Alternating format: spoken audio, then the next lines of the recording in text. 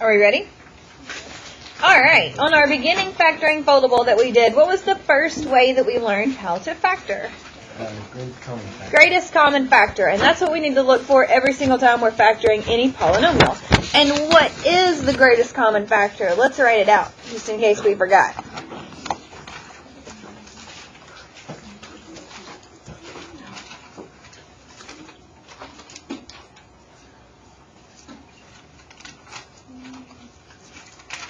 The question was, what is the greatest common factor?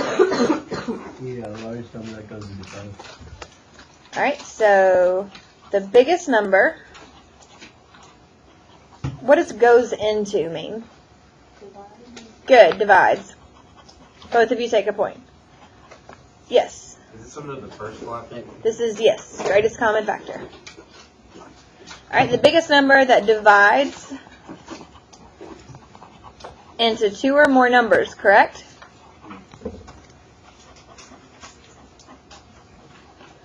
And then, is there something else that we have to do on GCF?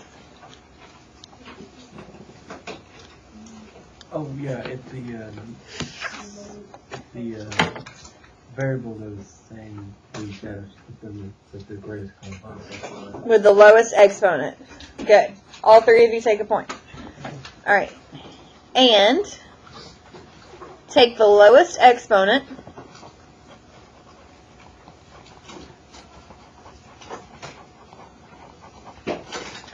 of common variables.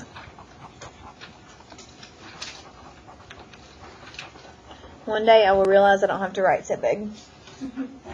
That it zooms in. I just get excited. Mine, it's like, I don't know, like typo or something. And like, You can just write down what you write. Do you not have that blank? I don't have the best common factor, but It's the first one. it says change. Picture foldable at the top. Uh-huh. Oh. There it is. There we go. We're cooking now. Alright, good.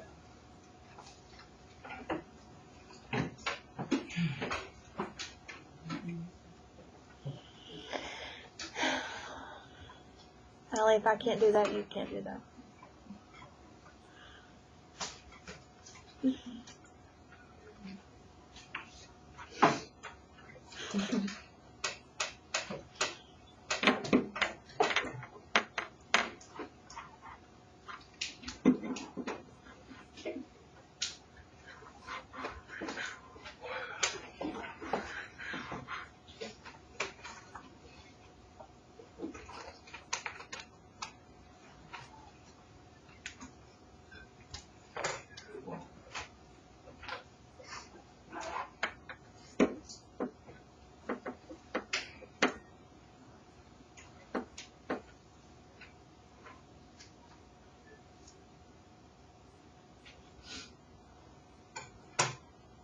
All right. Now, the next thing that we learned, if we don't have a greatest common factor, what did we do? Yep, that's our first star method. Good, take a point. And that was trinomial factoring. So we said first draw the star, second find what multiplies to get C and adds to get B. Thank you, Troy. Was there a final step that we had to do?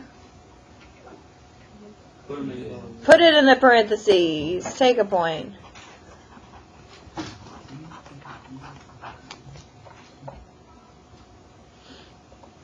Now, we didn't have to do anything crazy with our star on this one, did we? Why? Because beginning to the one, I think we just finished, I think we're starting on now, just finished on 29. Because there's not something. There's not something in front of Variable. which variable? A. X squared. Yeah. Good. What number's in front of x squared here? 1. Good. So this was a 1. We didn't have to do anything crazy, right? So should we write star method beside this so that we see it? What goes in the top of our star? B. C. Take a point. And what goes in the bottom? And then the top left and right? 1 and 1 this time. And then our factors.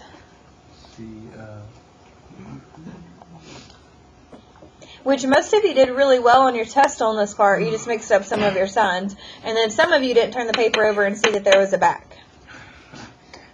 Troy. I was dying, dude. All right. And what's the third way that we've learned how to factor? The third. One when there's an A in front of X. When there's an A in front of X. So star method part 2, correct? So before we do our activity today, I want you to prove to me that you can do the star method by doing example 9 and 10 without me. We're going to check it and make sure you got it right. And then we're going to do 11 and 12. In case you don't remember the star method, I will draw the star. Because I know that you spent 2 days away from me and it's like you lose all sense. So A times C, B, and then A and A. And that should help you with that. So what do you do with A and C? You multiply them. Work those two out without me.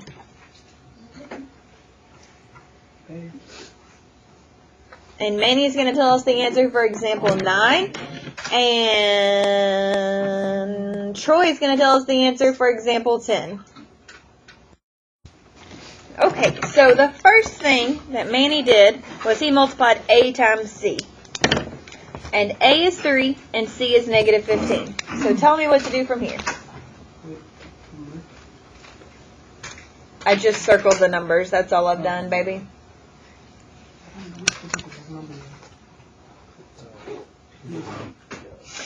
Can somebody please tell me what 3 times negative 15 is? Negative 45. Great job, tater tots. And that goes on top. Then what is B? What goes on the bottom? 4. And what goes on the top left and right? And? Oh, I'm sorry. You were that's me. I'm just excited. Okay, so now we need two numbers that multiply to give us negative 45 and add to give us 4. Dylan, help me out. Negative 5 and positive 9. Now, Dylan, can you please tell me why you chose for 5 to be negative and not 9? Because if you're on the number line, if you take a negative and then add the 5, okay. Tell me an easier way. The 5 makes it 4. That would Negative make 5. B is positive, so Yes. you have to subtract 5 from 9. Fantastic. Take a point. Both of you get a point. You were getting there. You just need a little bit of See, guidance. it works well in my mind, but whenever I understand. All right, now Austin, can you tell me the last step that I have to do on this? Am I done from here? We need to make. No, you put them in French. Tiara, can you help me out? You need to reduce. You need to reduce your parentheses. Or your star. Do I reduce the left side or the right side? The right side. What goes into both 3 and 9? So 3 divided by 3 is? 9 divided by 3 is? Alright, and then you put it in parentheses as 3x minus 5 times x plus 3. How many of us got that right? Good job. Take a point. How many of us got it right but got our signs backwards? How many of us just gave up because we didn't remember what we were doing and stopped? Lies. There should be more hands in the air than that. Did you look back at your notes? Nope. Then why am I wasting my time if you're not going to put forth any effort? I don't know. Cool. Then here's your assignment for today. You have to do 10, 11, and 12 on your own. Oh, okay, Troy, then help me.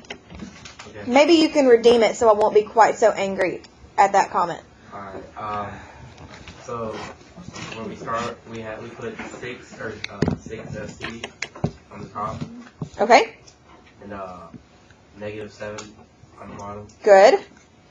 and then you're gonna make that little line or whatever, and put 2 and 2 on each side, Okay, great. and then figure out what's gonna go into 6. You're gonna make that little line or whatever, and it's gonna be negative 1 and negative 6. Because it has to add to give you what? Negative 7. Fantastic. All right, and then? And then you have to like divide 2 and negative 6, Mm-hmm. and then you get negative 1/3, Okay. and then that's where I got stuck. And I look back at my notes for the signs factoring, that's what I didn't understand. So you did all this right. So The last thing you do is what? You Put in parentheses. That's all you have to do from there. So then your top always goes out front. Your bottom always goes behind. Okay? So that's okay. You got to this point. We just needed to remember that step. At least you didn't give up. All right, now what do I do with my right side? How am I going to write that? I can do it. I want him to tell me. what do you mean, like? How do I write my right parentheses? You would put 1x minus 3. So couldn't I just write it as x minus 3? Yes, ma'am. Fantastic. Did anybody get that right? Good. Did anybody get it kind of right? You just got stuck somewhere. Put your hand down. It's not even funny. Not even close to being funny. You guys think it's funny to not even try and not even get your education. That is not even remotely funny. Look at the bottom. What's the difference in these two problems? What should you do? You just divide everything by -1. That's it. Now, what we're going to do today is we're going to do something called a math lib, where each team has a different set of cards, and each team is going to have a different set of problems that they have to work out. You guys know what a Mad Lib is, where you fill in the blanks and stuff. Oh yeah. With words. Oh yeah. That can- Yeah. Okay. So it's kind of like that, but you have to do your factoring. So I would keep your factoring notes out, both sets. If you don't have enough information on this one, then I would go to page 29A and keep those notes out.